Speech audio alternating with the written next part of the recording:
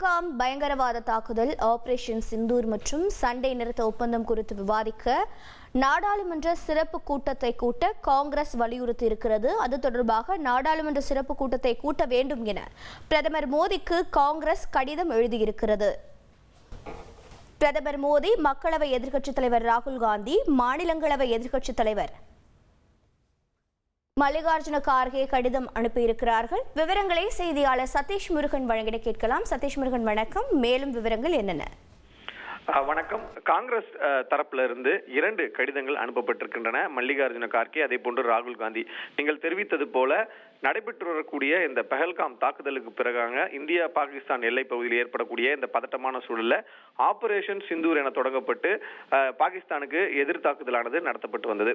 இந்த சூழல்ல ஏற்கனவே கடந்த ஏப்ரல் 28ஆம் தேதி சிறப்பு கூட்டத்தை கூடியிருக்கக்கூடிய சூழல்ல அதே போன்று மீண்டும் ஒரு சிறப்பு பாராளுமன்ற கூட்டத்தை கூட்ட வேண்டும் என மல்லிகார்ஜுன கார்கே மற்றும் ராகுல் காந்தி அவர்கள் தெரிவித்திருக்கிறார்கள். அவர்களுக்கு பிரதமர் மோடிக்கு கடிதம் எழுதியிருக்கிறார்கள்.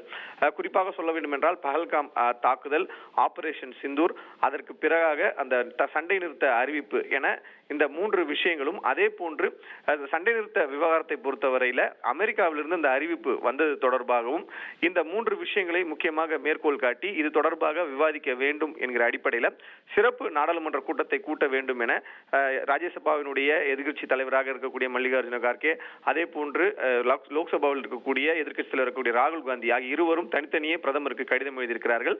இந்த 3 முக்கியமான பிரச்சனைகளை உடனடியாக விவாதிப்பதற்கு சிறப்பு நாடாளுமன்ற கூட்டத்தை உடனடியாக கூட்ட வேண்டும் என பிரதமர் மோடிக்கு கடிதம் எழுதப்பட்டிருக்கிறது.